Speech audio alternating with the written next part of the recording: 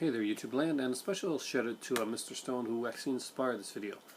Basically, I did a video talking about classic versus modern horror films.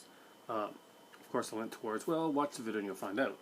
But he mentioned that he was a slasher fan as well. I'm a huge slasher movie fan. And he's interested in the movie Maniac Cop and wondered if I could suggest any other slasher films. Well, I did suggest some in the comment that I made down below, but I figured it bears a video of its own. Now, that being said, there will be no Halloween, Friday the 13th, or Nightmare on Elm Street on there, because I figure those are kind of like givens within, check these out, that type of thing. And, I've talked about some of them ad nauseum, and I'm going to be talking about Halloween a lot more once the box set comes out. But now let's talk about some slasher films that I think are pretty cool. One is kind of a slasher film, but these are my thoughts on some that I actually enjoy. Some are more modern, some are older, and there's some that I don't have too that I'll talk about as well, or some that I was just too lazy to find. And first one that I chose is the more modern one. Of course, that is Maniac. This is not for everyone. This is actually a pretty brutal film, and I almost left it off the list because I wasn't sure if it was more psychological thriller or slasher, but I think it does fit with the slasher category as well. It is a dark film. Of course, Elijah Wood does an amazing job in the role. He's a huge horror fan, so it was not a surprise to see him doing this type of role. He talks about horror a lot in his interviews. Suspiria is his favorite horror film. And Maniac, I thought was a really, really good film. It's something I've got to rewatch. Next up is one that you don't see many people mention a lot, but I just thought it was really, really fun, and I enjoyed it. It's not it wasn't groundbreaking, but I like this. It's Midnight Movie. It's kind of like slasher meets demons sort of thing. We've got a killer that's in a film that comes out of the film. I find that the movie that when I first saw this, I saw this on this really cheap thing, didn't have any features or anything like that. Totally surprised me, thought this was going to be total crap. Loved the movie, loved the look of the killer, loved the way the movie played out. And I gotta say, it's just a fun little film. This usually goes very cheap. I got this one here, copy brand new at a Dollarama that was near me for like $2 for the Blu-ray, which is pretty awesome. Enjoyed it. Here's one that you don't see around very often, but you can get it on iTunes, or you can get the awesome Steelbook edition of it, which a few of my friends have, and that is the kind of the internet sensation one, The Orphan Killer. Now, The Orphan Killer was a slasher movie, and this is old school slasher, with the gore, the nudity, the old style killer, and I got to actually talk to the director of the film. Spoke mostly to the lead actress, and I got to see the guy that played the Orphan Killer as well. I had the Orphan Killer mask, and I wore it for Halloween one year. I looked creepy as heck, and it's just, you can get it off the Orphan Killer website. You can buy the movie digitally on iTunes. I suggest getting the website one. It's just really cool, and sometimes you can get them like autographed in as well. This one here is the Blu-ray, and it comes with the soundtrack. If you're into like that style of music, you're definitely going to have extra fun with this one here. Orphan Killer is just a fun little slasher film. I enjoyed it. I think that it was nice to see somebody put so much passion into it. I want to see another one. I'm not sure they're going to do that, but it'll be really, really cool to see. And I want to see more from these people. I know there's a documentary that they did that I think is either put out or being put out, which I haven't got yet, but I do have to get because I'm a documentary fanatic. Next up is the movie Pieces. You don't have to go to Texas to have a Chainsaw Massacre. This borders on slasher kind of giallo type territory, and very fun film. Very cheesy. Of course, it's a slasher film. There's lots of gore. It's like guessing the killer type of thing. The ending is kind of one of those WTF moments, but I really enjoyed it, and if you're going to get it, I do suggest the Arrow version. They have some great stuff in it, including this poster right here. Well, this cover right here as a movie poster. I got a great little booklet in here as well. A lot of features. Definitely a good version that I would go for, this one here. Next up is another Arrow one, and I mentioned this in my Arrow ones last night, so I'm not going to spend much time on these.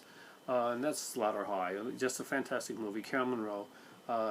One that makes absolutely no sense until the very last scene, and then you're like, ah, that's why. Then you watch it over again, and it makes a lot of sense. Just one that I personally like. Next up is the one and only in this franchise that I would consider an actual slasher film. Part 1 is a great suspense, like this is a great thriller. Part 2 is still in the thriller territory, but Part 3, Psycho 3, is an out-and-out slasher film. There is no bones about the fact that this movie has become the kind of a cheesy, sleazy slasher film, and they're having fun with it. Psycho 1 and 2 are very much more serious films. This is not. This is a fun film. People go at this and expect to see Psycho. They're going to be severely let down. But if they go in and watch this movie, in fact, Anthony Perkins directed this. It was just a fantastic little film that he did. Some very different stuff, some very cool stuff, and some great features, including a cool audio commentary with Charles Edward Pogue. Great stuff. Great interviews with Brinke Stevens, Kat Shea. I didn't know Brinke Stevens was even in the movie, but apparently she had like a small role or a body double type of thing. Again, highly recommended. Now we're getting into some of the classics here that everybody should have in their collection. All the other stuff there, gotta be honest, are pretty much ones that it's all dependent upon your taste. They're just ones that I personally like, that I would suggest that you if you don't want to buy them right out, check them out, Redbox and whatever. Really Redbox. Go to a video store and actually rent. Forget this Redbox crap. The Burning. This is one that I think belongs in everybody's collection if they're a slasher fan. This is a fantastic film. Of course, it's got special effects by Don Savini. Came out around the time that I think Friday the 13th 2 came out, and Madman, which I don't own, but I would like to. Madman's a very cheesy film, but it's a very fun little film. It's got a great documentary on it if you buy the right edition. I gotta say, this is a great one from Scream Factory. Some really cool stuff. Great audio commentary on there. Blood and Fire Memories was fantastic. Some work with Tom Savini, who I was lucky enough to meet and talk to extensively over a period of 2 days. He was a fantastic guy. Just great stuff. Next up is a personal favorite of mine, and one that I really think is underrated, and that is Terror Train. Terror Train was directed by Robert Spotswood, and basically this is kind of a really cool, different one because the killer is kind of known, but you don't know where the killer is. He keeps changing masks, and there's an extra surprise twist at the end, which I will not give away, but which is really freaking cool. Of course, we have, as always in the 80s, they would put an older actor in there, pretty much to give it like more of a, more clout, and just to, you'll notice looking back at those movies that a lot of the older actors that have been big in the day would get like roles in these slasher films, and help kind of revitalize or keep their career going, which is really cool. And this one here, they have the great actor Ben Johnson, who I personally love, and he's fantastic in this film. And from what I heard, he was a great guy behind the scenes, which is sometimes something you don't get. This has a great cast. We've got Jamie Curtis in this. Hart Bachner makes his, I think, maybe one of his first appearances in this. Of course, Hart is the son of Lloyd Bachner, another famous Canadian actor who, of course, became very popular on a series called Dynasty from the 80s. He was the bad guy in the early seasons of that. We have David Copperfield, the magician David Copperfield, actually doing a big role in this one here, and I just really enjoyed this film. It's a really solid product by Scream Factory. It's a great DVD. Next one up is the one that he actually mentioned, and that would be Maniac Cop. I love this film. We got Bruce Campbell, we got Tom Atkins, we have Richard Roundtree, William Smith. Man, that's a lot of testosterone in one film. And of course, we got the great Robert Z'Dar. And you don't need to put a lot of makeup on Robert Z'Dar because the way that his face is. And he does a great job. Robert Z'Dar does a fantastic job. This is a great little film, highly underrated. I really enjoy this. Of course, one of the big things for me, well, the people that work behind the scenes are big.